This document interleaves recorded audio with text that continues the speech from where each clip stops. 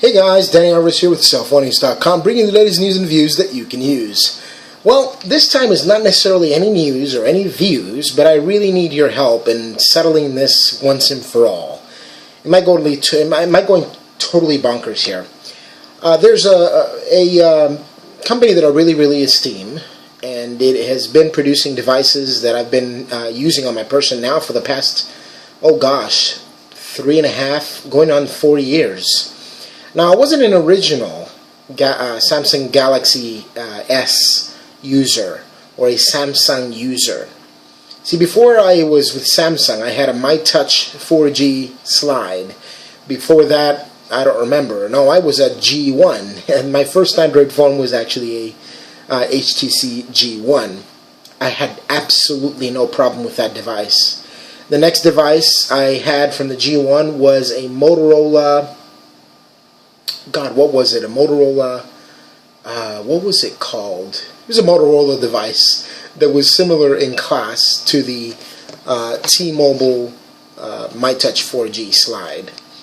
At any rate, I've had these devices from Samsung ever since after that, which the first Samsung device that I owned was a Samsung Galaxy S 4G, not to be confused with the Samsung Galaxy S4.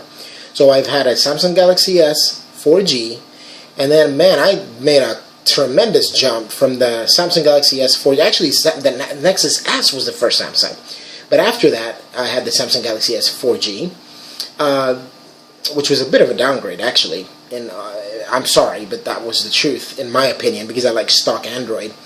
But then I skipped over the Galaxy S3, Galaxy S4, and got the Galaxy Note 2. The Galaxy Note 1 wasn't even an option for me because I was with T-Mobile, and T-Mobile didn't get the Samsung Galaxy Note, which I think they should have. I probably would have been one of their first customers with that. Now I have the Samsung Galaxy Note 3, and it is a powerful device. It allows me to do more than I've ever been able to do. Multitasking is a breeze, but I have a problem. I don't know if you caught that or not, but I'm with T-Mobile. That's not exactly necessarily the problem. Matter of fact, I really love T-Mobile service and absolutely love their Un-carrier moves that they've been moving forward with, and I'm just totally stoked at whatever is going to be announced tomorrow, the day after the iPhone 6 and 6 Plus launch on their network, or the launch or announcement rather, not necessarily launch, but the announcement. As it turns out, my Galaxy Note 3 is one of those that got the KitKat update, which most people got their KitKat update, but a number of those devices, a great number of T-Mobile variants of the Galaxy Note 3, not any other, not AT&T, not Verizon, not Sprint, and not any of the others in Rogers, EE, and all the other places outside of the United States. But here in the United States, none of the other Galaxy Note 3s report the problem that I'm having with mine, which most Galaxy Note 3 devices, if I am not mistaken, have the problem of a severe battery drain. And when I say severe, I'm talking about you disconnect it, hop in your car in the morning for your morning commute, and the very next thing you know is once you arrive to your office, if it's 4 or 5 miles away, in the case mine is, I've got 91%. Shortly thereafter, I don't know where it goes because I'll turn it off once I get to work and start working, come back to check my device, and I've got 84%. And before lunch even strikes, I've got 56%. And I have been doing hardly anything on my device that would command such a large amount of battery use for the Note 3.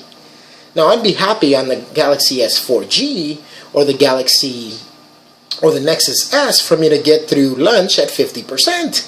That's actually great. But on the Galaxy Note 3, before the KitKat update, I used to get a lot more battery life. Let me define a lot more.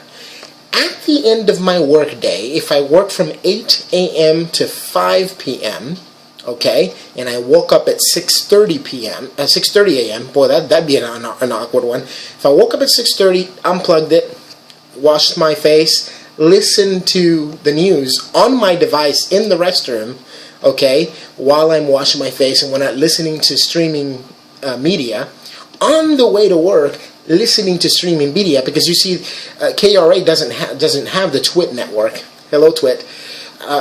It doesn't, have The Verge or CNN. I mean, I have an old 2001 car, so wonderful as it is for me, and likely as it is that I'm going to keep it for another 15 years if I can. It doesn't have XM radio or any of those other things. So I use my device to stream my media that I want to listen to over the speakers, using a little cassette tape and a little dongle string to connect. That's the way I do it, and it works perfect for me, okay? The frustration is that now, without using any of these measures, relying solely on the radio, okay, for my entertainment, getting home, getting to work, hardly using my phone, I am suffering at 17, 14, 13% at 5 p.m. when I leave my work. That's not acceptable. Not for a Galaxy Note 3. Not for a $799 or $769 or whatever the price might be right now of the Galaxy Note 3. It just is not acceptable. And the fact that my coworker, who I took away from the iPhone crowd and brought her on to the Galaxy family using the Galaxy Note 3 from AT&T, fares very differently than I do. Because at the end of the day, at 5 p.m., she has 73%, 72% at very most, with maximum usage at 70, and she keeps her Bluetooth on, she keeps her location on, she keeps Wi-Fi on, and it's, it's frustrating. Do you feel my frustration right now? When I go to Samsung and Samsung tells me, disable this, disable that, disable this, disable that, maybe that works. Well, guess what? I did that, and it still drains like a beast.